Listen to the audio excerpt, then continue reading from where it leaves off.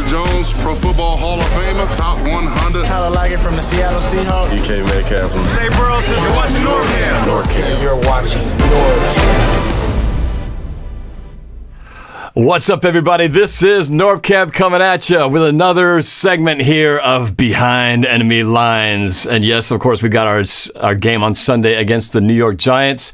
I think this is going to be a lot more competitive, a lot more nail-biting game than I think a lot of people expect it to be. I'm going to find out because, I figure the only way to really find out about another team is we got to go right to the source. We got to go right to the people who know the team's better than anybody else. And why not go to one of the fan-to-fan networks, great YouTubers, Giants fan, Kid Blue. So I'm going to go to him in just a second. But before we do, first I want to thank you guys all for watching. A lot of you guys blowing up the comments, the chat, so feel free to throw a question in there. Super chat is always recommended so I can see your comment in the noise. But let's do this thing. I just got to remind everybody, please smash that like button if you wouldn't mind. Hit that subscribe button and notification bell. It always helps us YouTubers out, all right? So without further ado, I want to bring on my special guest, Kid Blue. Welcome to the show, KB, Kid Blue. Not sure how you want me to call you, but I don't feel comfortable calling you Kid, but I'll just call you Kid Blue, man. Yeah, it's all good. All right, so welcome to the show. This is our first collaboration, Kid Blue, and I'm glad to be talking about this. Again, I like I said, you know your Giants very well, so I'm excited to get a little intel about the G-Man, which we're going to play on Sunday. So before we get into the X's and O's and talk about what to expect out of this matchup, why don't you tell everybody a little bit more about your channel, kind of what you're about, how long you've been a Giants fan, just so they get to know you since you're your first time on the show. But before you do that, I gotta recognize Ban Ned in the super chat. A comment in the noise. There you go. Go Hawks. Thank you, Ban Ned, for the super chat. All right, my friend Kid Blue, why don't you tell everybody about what you are all about, man? Go for it. All right. Well, welcome everybody. Thank you for having me, Norb. My name is Kid Blue, or I go by KB. It doesn't really matter what you call me, but yeah, I do primarily Giants content. Everything New York Giants, news updates to predictions or hot takes or whatever the case may be, everything New York Giants. So for anybody interested in that, I see a couple of guys in the chat from some of my subscribers there, Joseph Balby in the chat. And I also know Sam Dog, the infamous 253 fellow Seahawks fan. So a couple good guys in the chat as well.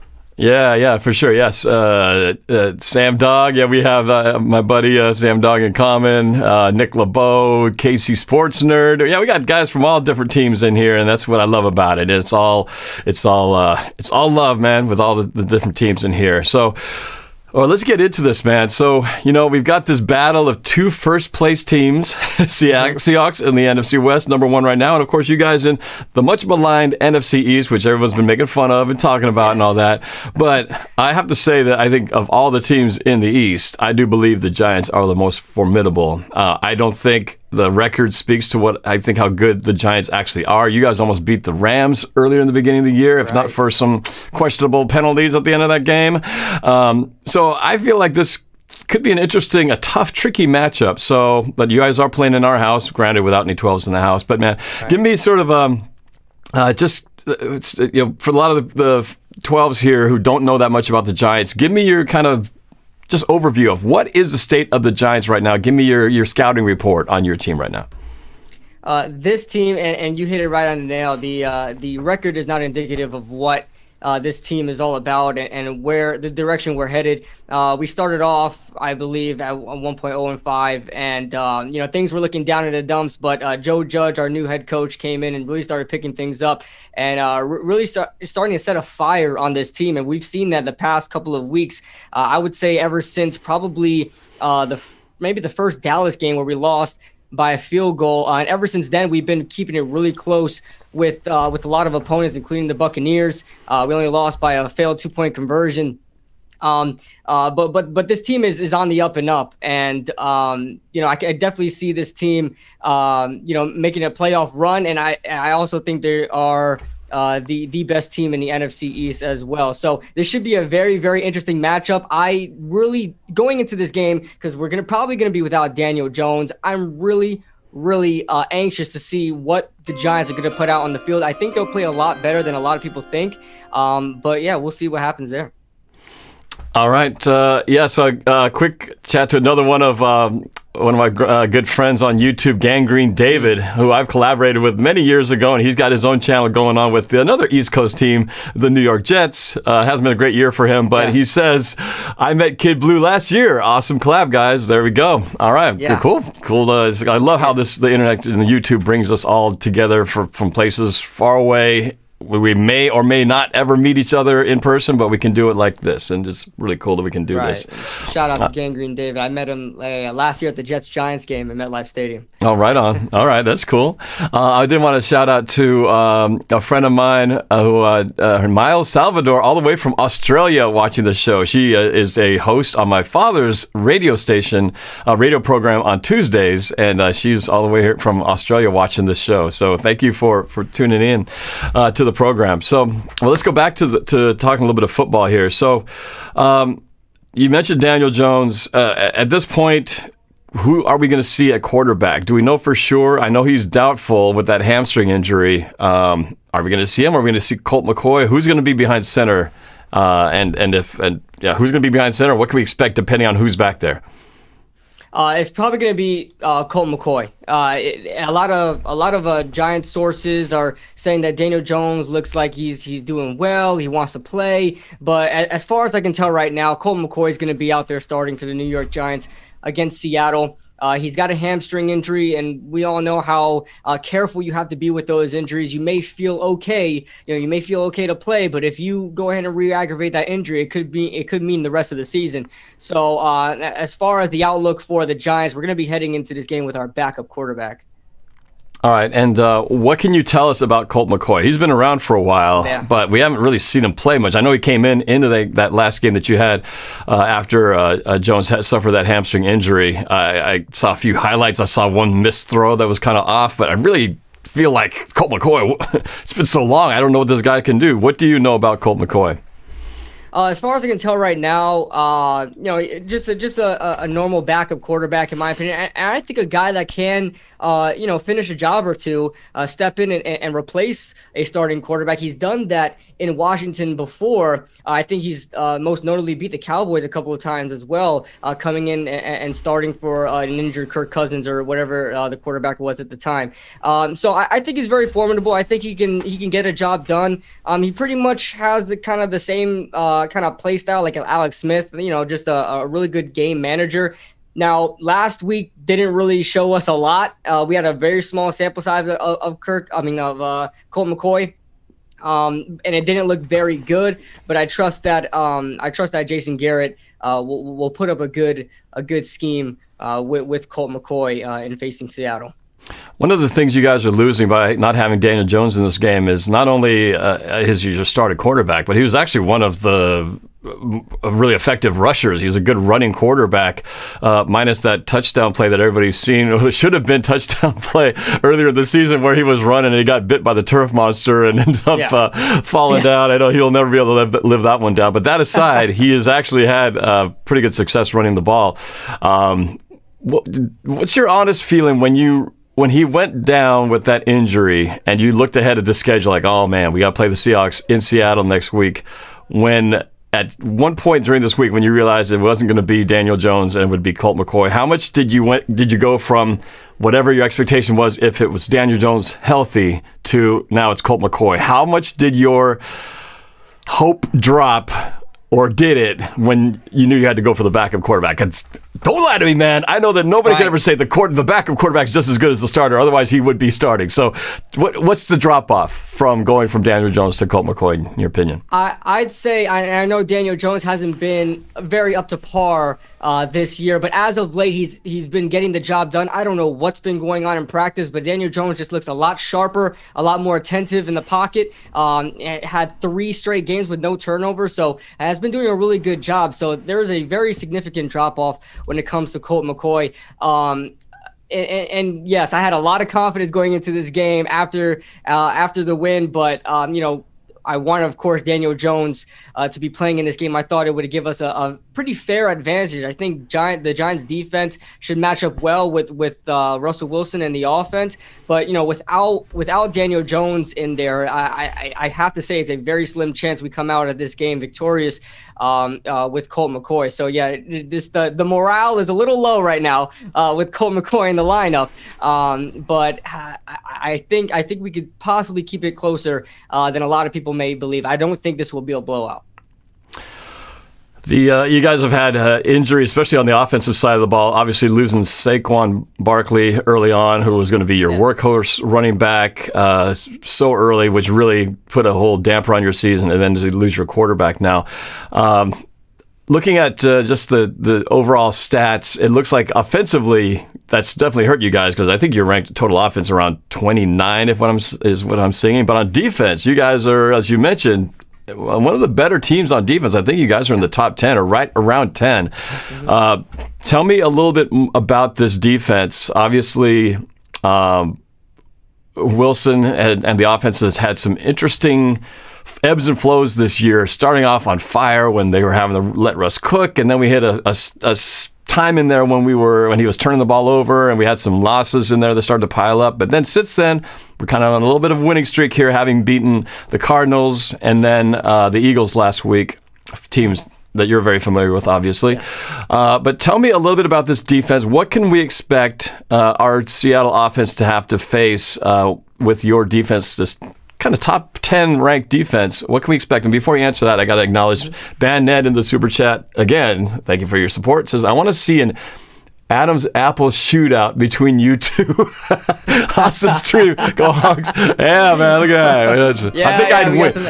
I think I would win, man. I'd win, man. Look at that. That's pretty close. Pretty close, man. Pretty close. The things people pay attention to. I don't know, man. Right. But hey, man, whatever gets the ratings. All right, so tell me about your defense, man. How much do we need to worry about this, and what is it that you guys do so well that puts you guys in the top 10? I think just playing overall a very versatile defense. What Patrick Graham really brought to this team is versatility. And this team will come out and play all zone one game and then play all man another, or blitz heavy one game and then get conservative in another. Just so many different looks as well. We tend to use three of our safeties constantly. With Logan Ryan, Jabril Peppers, and Julian Love, and they throw them everywhere. I mean, you'll see Logan Ryan up top, you'll see Logan Ryan in the box, you'll see Logan Ryan blitzing from the slot. I mean, everywhere you can imagine these players going, they've at least played it a couple of times. We've got some great players, some key players on our defense that's really been carrying the defense for the most part. Leonard Williams having a really good year, not blowing anybody away with numbers, but having a really productive year more than anybody would have thought. Especially in plays that don't really show up on the stat sheet. James Bradbury has been looking like the best cornerback in football right now, and that was to a huge surprise from me. Jabril Peppers playing great, and the interior defensive line for the Giants as a whole looks great with Dalvin Tomlinson, Leonard Williams, and Dexter Lawrence. I mean, it's almost impenetrable when you run in between the tackles from the A and B gaps there. I think we match up well with Seattle. My only issue would probably be that number 2 corner spot. Whether that number 2 corner spot is going to be covering DK or Tyler Lockett, I still think it's going to be a problem. I think James Bradbury will win some and lose some. I still think that he's a really good corner in this league, and no matter who he matches up against, I think he'll fare well. And my only issue, another issue as well, it could be Russell Wilson escaping the pocket. The Giants have had a lot of injuries as far as our edge rush goes. Lorenzo Carter, O'Shane Zimenez, Kyler Fackrell, a couple of guys. We have to, bring in guys, late round draft picks, and we have to sign guys off the street. Although they're being productive right now, very surprisingly, I still worry about Russell Wilson's speed outside the pocket, because I don't think we really have a guy to really chase around Russell Wilson once he leaves the pocket. Yeah, and I'm hoping he will try to exploit that. One of the most probably not as often used weapons that we want is Russell Wilson running, but of course we want him to last for many, many, many seasons. So we don't want him running too much because he does take a lot of hits back there sometimes, and obviously he's been very good about being careful with protecting himself and not getting that extra 2 yards of sacrificing his body and taking a slide when he needs to, and that's why he's never missed a game, which is one of the things that not a lot of players can say. Just talk to me specifically about the pass rush. That's always a big concern because Russell Wilson has tended to turn the ball over when under heavy pressure. Do you guys get there with your front four? Is it more of a blitz kind of situation? Where have you guys been most productive when it comes to rushing the quarterback? As far I don't know about the recent stats, but I know early on in the season when the Giants have been getting a lot of pressure, and they've been getting pressure consistently throughout the season, they've actually been one of the teams that blitz the least in the league right now. They're just sending 4 guys out there, and they're getting to the quarterback and getting quarterback hits. I believe they're top 10 in quarterback hits this year, and I believe in the top 15 as far as sacks go. I mean, the Giants are really getting home with anybody they really throw out there. And not having to force, corner blitzes or safety blitzes or linebacker blitzes. I mean, they're really getting home with Leonard Williams and Dexter Lawrence. Back before our edge rushers got hurt, we were able to get Kyler Fackrell in there as well to get some sacks. Lorenzo Carter was having a good year up until he got hurt. So really the guys that have been really the most productive are the interior defensive line. They've been forcing the most pressure, and they've been flushing a lot of quarterbacks out the pocket, and the edge rushers are able to clean it up from there. But I would say the guy to fear the most is probably Leonard Williams. He's been on an absolute tear this season. And as far as the running game goes, Dalvin Tomlinson and Dexter Lawrence, those two, that dynamic duo in the middle is just almost impenetrable. Well, you guys are top 10 total defense, but on the rushing defense, you guys are like number 5 yardage-wise. So it's going to be interesting because I know Seattle, with Chris Carson having come back finally healthy after missing a bunch of games, they're kind of they got him definitely in the mix last week with some good runs, but you can kind of tell that they're sort of working him slow, and obviously they want to keep him healthy for the stretch run and for the playoffs. And so it'll be interesting to see, because I know Seattle will want to establish the run against you guys, despite the fact they know that your strength on defense is defending the run. But I know Seattle will want to keep running the ball at you guys. So it's going to be fun to watch that battle in the trenches to see how they play that game of running the ball and then mixing up with a little play action and trying to catch you guys off guard. Tell me a little bit about your offense. I mean, we already talked about who you don't have, but tell me about what you do have now, and what do you think for you? Who's New York going to have to rely on to try to get productivity in order to get some points against the Seattle defense, which has been in last place in the league for a long time. However, playing much better in the last few games. So tell me what you think. What does the Giants offense have to do to try to put some points on the board against Seattle? Very, very ironically, we did lose Daniel Jones, which is a bad injury, but I mean the rest of the team is completely healthy, and for right now, of course, without Saquon Barkley, but we should be getting some guys back like Devontae Freeman to mix in with Wayne Gallman and Alfred Morris there as well. We should be getting a couple of guys off the COVID list as well, and we're coming into this game with like about a full 6 wide receivers, which we haven't seen all season up until this point. So other than Daniel Jones, we're extremely healthy right now.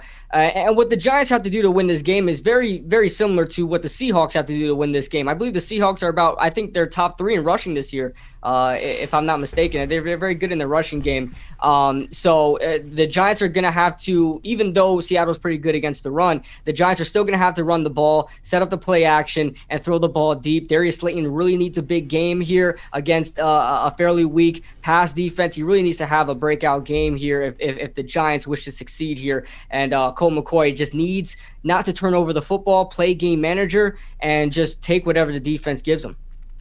You guys still have Golden Tate on your roster, right? Yes. Former draft pick of yours.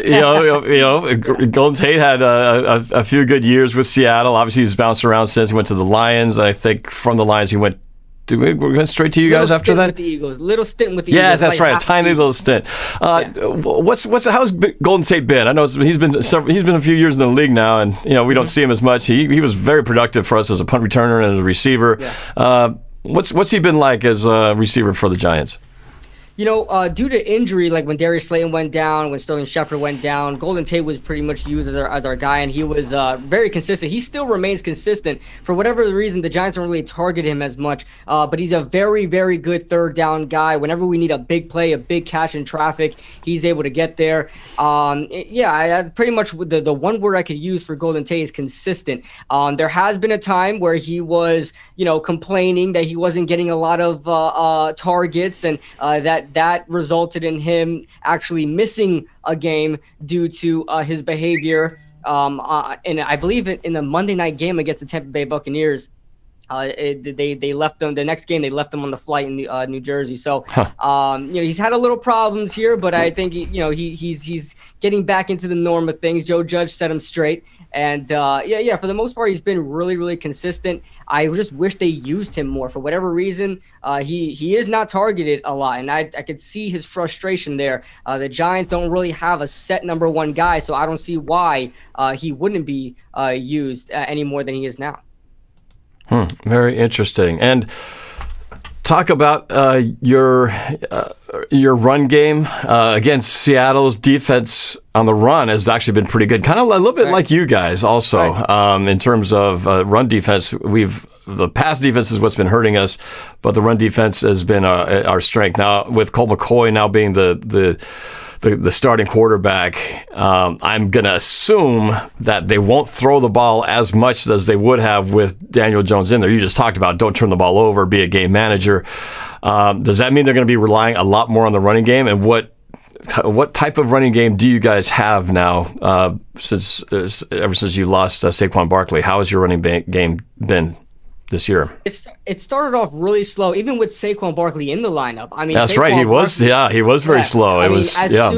As soon as he touched the ball, there were 5 guys in the backfield. I mean, it wasn't even fair for Saquon, and I think it's part of the reason why he even tore his ACL. He tried to play hero ball. He tried a little too hard, and he got himself hurt. The offensive line was, the only word I could use is putrid for that offensive line. It was just terrible to watch. It was part of the reason why the offense was one of the worst in the league. But since then, we fired our O-line coach, Mark Colombo, who did have a good rap in the NFL for being an O-line coach, but it wound up not working out. And since then, we've hired a new O-line coach, Dave DeGuglielmo, if I'm pronouncing that right. But since then, the offensive line has looked fantastic. I mean, just like record high in pressures allowed, and the run game has looked really consistent, even on third down where we need short yardage situations, and the defense knows we're going to run. We're still able to get those yards. Wayne Gallman has been running the rock extremely well, way better than anybody would have anticipated. And now we get Devontae Freeman back, is what I'm hearing. And we'll add that in with Alfred Morris and Wayne Gallman in the lineup, 3-headed monster. There's no reason why we shouldn't be able to run the ball. I don't know how effectively we will be able to run the ball, but there should be no reason why Jason Garrett shouldn't call a lot of run plays to try to set the tone in the game and control the clock. Well, as a Seattle fan, I am hoping you guys call a lot of runs because, again, that is running into our strength, and especially now that we have Jamal Adams in there. He's a great defender, especially as safety in the box and off the edge. Again, it's our pass defense that has always been sort of our Achilles heel this year. But now that we're starting to get a little pressure off the front four, that's starting to even some things out. Because as you know, if you don't have pressure by your front four, it makes it a really hard job for any secondary to cover anybody for any length of time. One of the big questions we don't know yet is, will Carlos Dunlap be playing? He's been dealing with a foot issue, kind of a sprained foot. They're not really saying exactly what it is. He's questionable about this game. I don't know if he's going to be playing. That's going to have a big impact because he's been playing awesome ever since he came here from the Bengals. He's been wreaking havoc in the backfield for opposing teams. So we'll see if Colt McCoy is going to be relieved of that situation, but we won't really know until game time. I wanted to ask you, since, being that you guys are in first place, and I again, as I think you guys are, I think, the best team in the NFC East.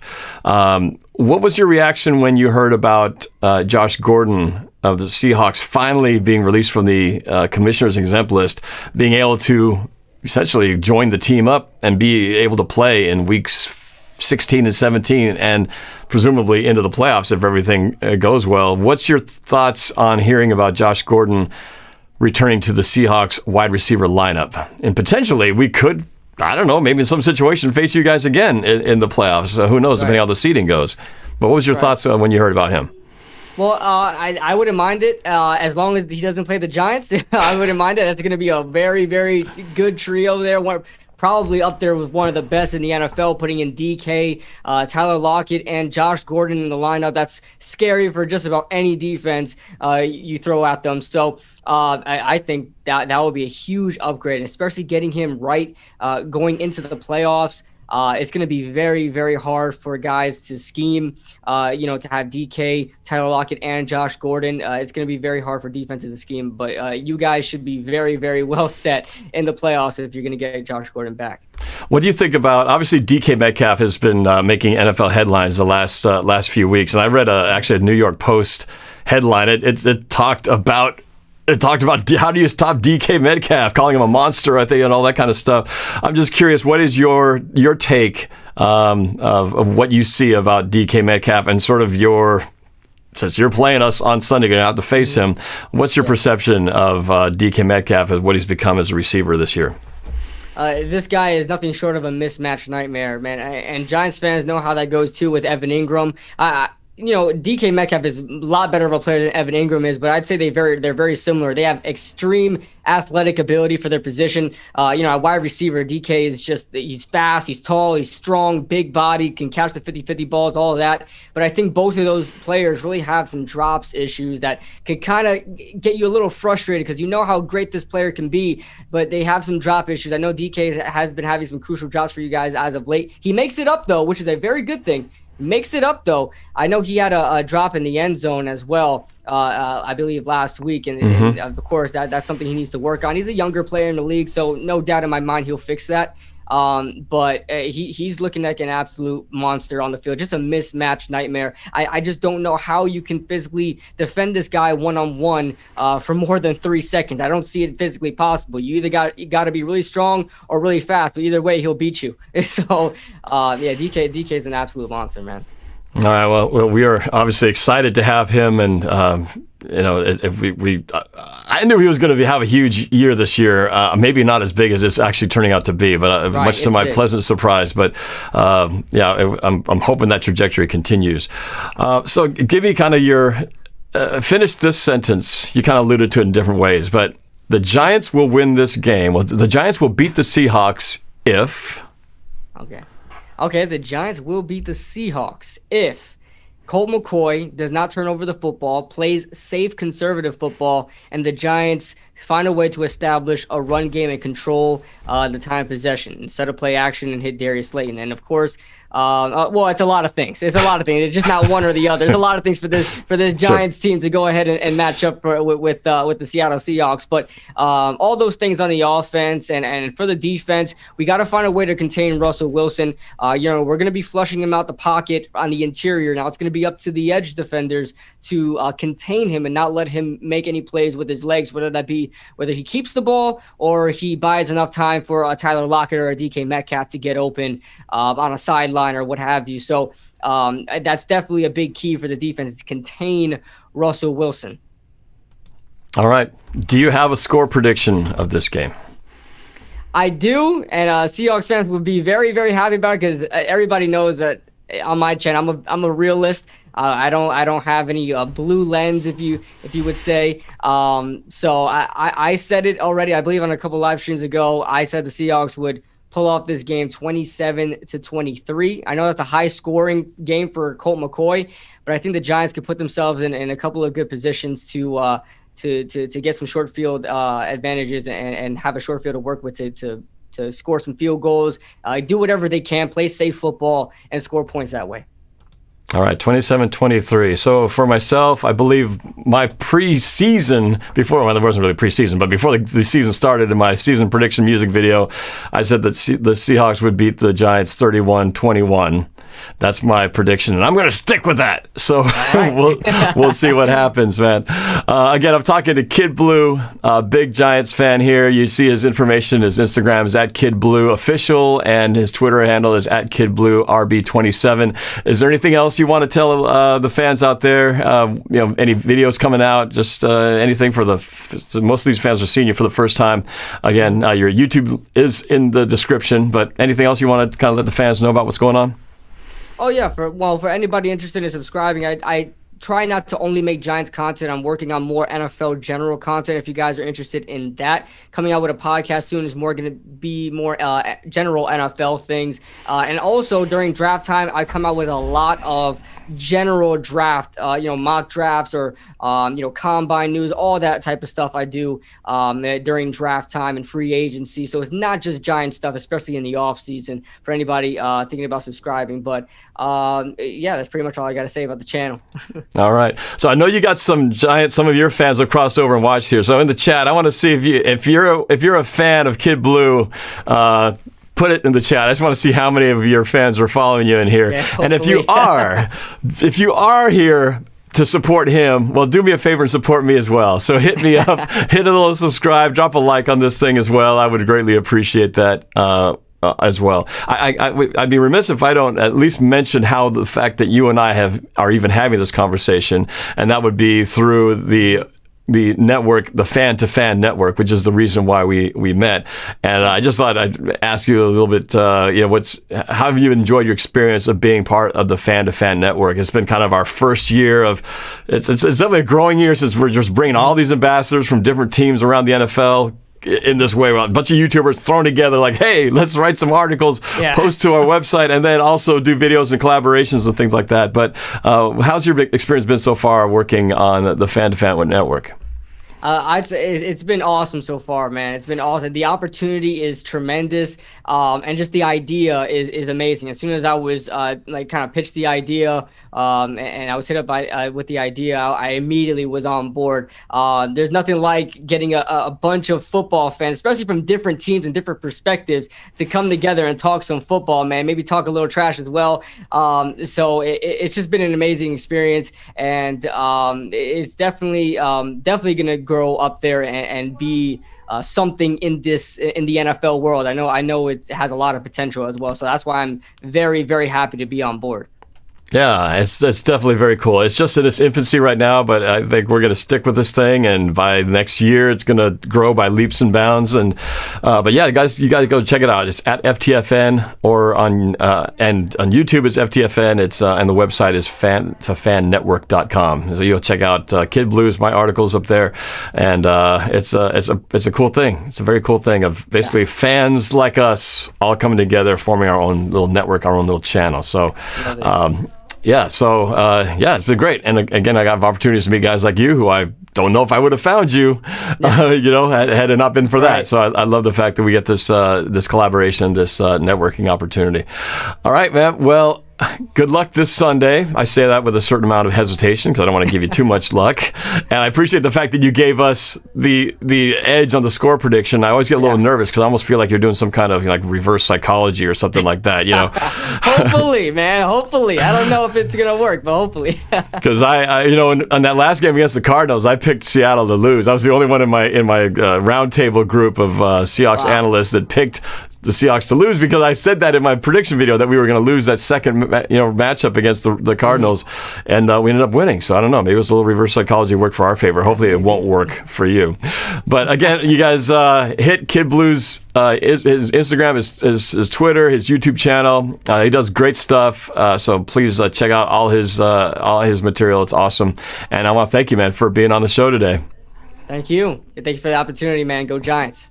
All right. And to all you guys, those in the super chat, and for everyone who was watching today, thank you for your support. Appreciate you being here. Please check out my other content. I will be doing a reaction video of this game, as I always do, live as it's happening with my dad, Kuya Burt. It's a lot of fun if you haven't checked it out yet. So come watch the show with me. You can watch it on your TV and then have me on your mobile device or something. But I try to make it as fun as possible, and you can see the crazy raw fan reactions as things good and bad happen during that day. So, all right. Thanks a lot. Appreciate it, Kid Blue.